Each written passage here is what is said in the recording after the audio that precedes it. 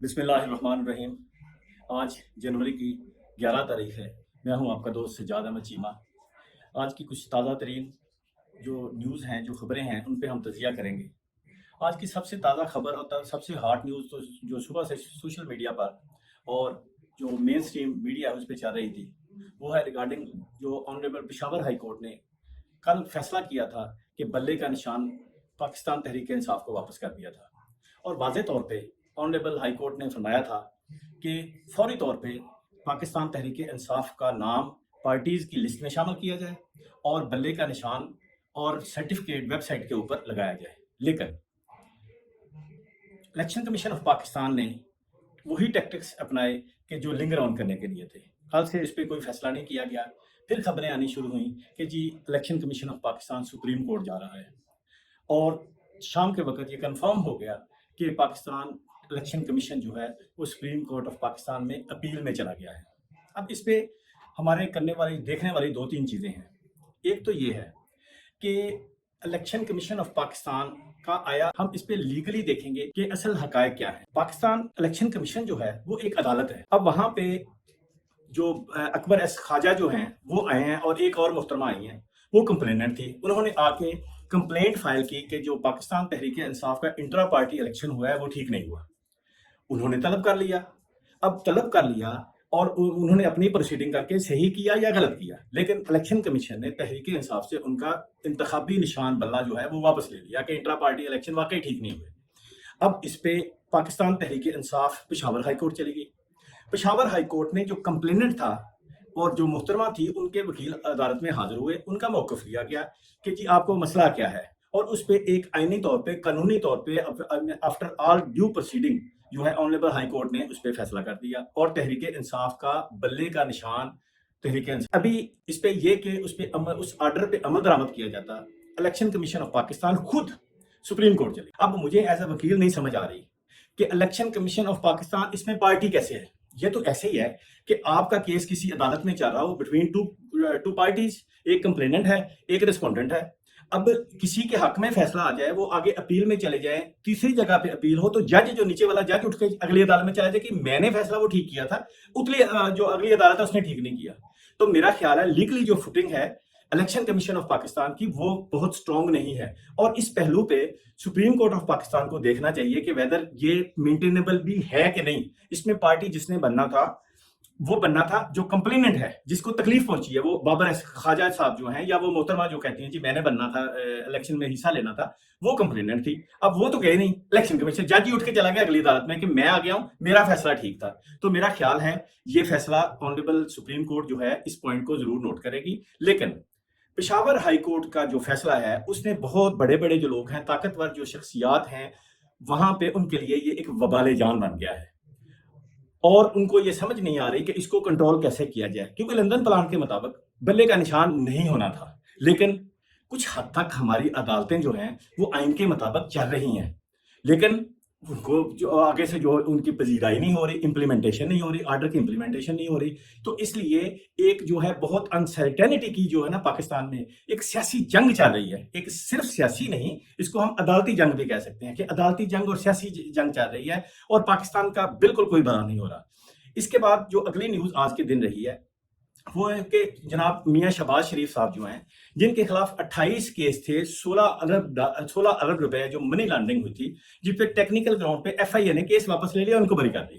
اس پہ شہزاد اکبر صاحب جو ہیں، جو مشیر تھے نیب کے پریویس گورنمنٹ میں، انہوں نے اس کے خلاف اپیل دائر کر دی ہے، جو کہ ایک خود اٹ سیلف جو ہے ایک وبال جان بن جائے گا۔ تیسری چیز جو بہت زیادہ پراپوگنڈا کیا جا رہا ہے آج کل سوشل میڈیا پہ اور بہت سارے مین سٹریم میڈیا پہ کہ جی عمران خان کی مقبولیت ہے لیکن قبولیت نہیں ہے۔ اب مجھے نہیں سمجھ آ رہی کہ قبولیت اور مقبولیت میں فرق کیا ہے۔ یہ کیوں سمجھتے ہیں کہ قبولیت ضروری ہے، مقبولیت ضروری نہیں ہے، لیکن ان کو یہ سمجھ نہیں آ رہی کہ جو 2024 آ گیا ہے، پاکستان کی یوتھ جو 65% ہے، انہوں نے اپنا آئیڈیالوجی اپنی چینج کر لی ہے، انہوں نے اپنا ذہن بنا لیا ہے، وہ پاکستان تحریک انصاف کا ہراول دستہ بن چکے ہیں۔ اب قبولیت اور مقبولیت کا مقابلہ جاری ہے، قبولیت والے ایک سائڈ پہ کھڑے ہیں اور مقبولیت والے بھی ایک سائڈ پہ کھڑے ہیں۔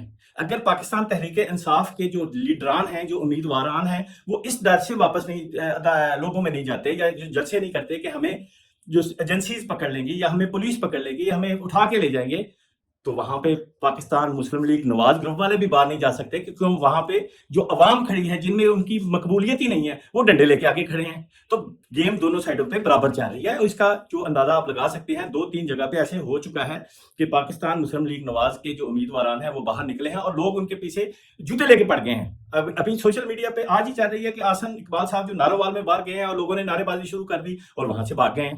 یہ تو ان کی مقبولیت کا عالم ہے. تو یہ جو ہے اس میں بھی میری گزارش یہ ہوگی کہ اس پوزیشن میں بھی پاکستان کا بالکل کوئی بھلا نہیں ہو رہا اور نہ ہونا ہے. تیسری چیز جو ہے وہ جو گزارش میں کرنا چاہتا ہوں جناب کے سامنے وہ شام کی نیوز ہے کہ آنریبل جو جسٹس اعجاز الحسن صاحب جو ہیں وہ سپریم کورٹ کے سینئر جج تھے انہوں نے استعفیٰ دے دیا. اب ایز اے وکیل میرے لیے یہ بہت بڑی الارمنگ سچویشن ہے.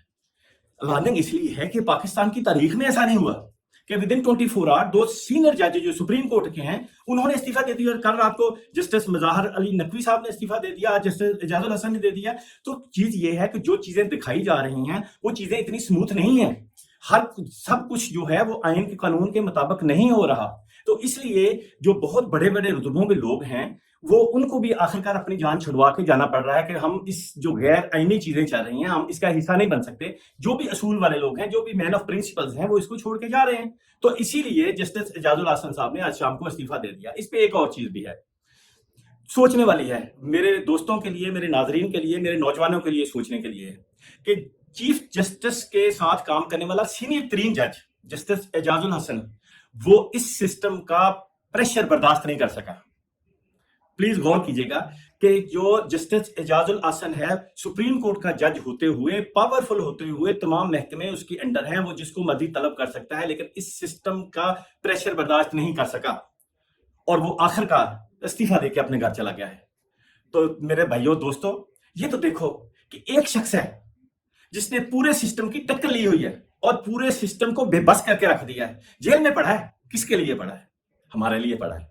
جیل میں پڑا ہے, ظلم برداشت کر رہا ہے, کس کے لیے کر رہا ہے؟ ہمارے لیے کر رہا ہے. لیکن اس کی ہمت کو داد دینی چاہیے, اس کے حوصلے کو داد دینی چاہیے کہ وہ سامنے کھڑا ہے. پورا سسٹم تمام ڈپارٹمنٹس اس کے سامنے بے بس ہو گئے ہیں اور پاکستان کی جو سلامتی ہے ایون کہ جو مختلف ڈپارٹمنٹس ہیں یا طاقتور لوگ ہیں ان کو بالکل ذرا برابر بھی احساس نہیں ہے کہ پاکستان کی سلامتی اور خود مختاری جو ہے وہ کتنے بڑے سٹیج پہ چلی گئی ہے. معاشی حالات کیا جا رہے ہیں لیکن کسی کو یہ سوچنے کی کوئی ضرورت ہی محسوس نہیں کر رہا. بندر بانٹ کا ایک سلسلہ جاری ہے جس کے لیے وہ تگودو کر رہے ہیں. باقی اس کے علاوہ آج کی جو نیوز ہے اس میں یہ تھا کہ سائفر کیس جو تھا, سائفر کیس میں جو جج صاحب ہیں, سائفر جج ابو الحسنات صاحب, انہوں نے ایک آرڈر کیا تھا 16 دسمبر کو کہ جی ان کیمرہ جو ہے ہونی چاہیے جو ٹرائل ہے وہ اس کے خلاف خود ہی جو ہے جا کے بیان دے دیا. وہ 16 دسمبر سے لے کے آج تک جتنے انہوں نے سارے کیے تھے اپنے ایویڈنس ریکارڈ کی تھی وہ ساری کی ساری پھر سے شروع ہو گئی کہ اس میں کچھ نہیں ہے. جان چھڑوانی چاہتے ہیں لیکن جان چھوٹ نہیں رہی ہے. تو دعا کریں کہ اللہ تعالیٰ کرے اس ملک کا بہتری ہو, اس ملک کی کوئی بھلائی کا کوئی سوچے. اللہ تعالیٰ کرے طاقتور لوگ بھی جن کا یہاں پہ انٹرسٹ ہے یا کوئی جوڈیشری میں سے کچھ ایسے لوگ جن کی ہمدردی ہے اس ملک کے ساتھ, ان کو چاہیے کہ وہ آگے آئیں اور آ کے اپنا رول ادا کریں. نوجوان کھڑے ہیں, نوجوان بیٹھے ہوئے ہیں, آئیڈیالوجی ان کے دل میں جسم میں بچ چکی ہے اور اس کا ادراک ہمارے طاقتوروں کو کرنے کی ضرورت ہے. اس کے ساتھ, اس دعا کے ساتھ میں اپنا ویلا ختم کرتا ہوں کہ اللہ تعالیٰ کرے پاکستان کو ایک لمبی اور عزت والی زندگی عطا فرمائے اور ہمیں اس کو دیکھنا نصیب فرمائے. اور میری گزارش یہ بھی ہوگی کہ جس دوست نے میرا چینل ابھی تک سبسکرائب نہیں کیا تو وہ اس کو سبسکرائب بھی کریں اور لائک بھی کریں, شیئر بھی کریں اور ہماری آواز کو مضبوط کریں. السلام علیکم. پاکستان زندہ باد.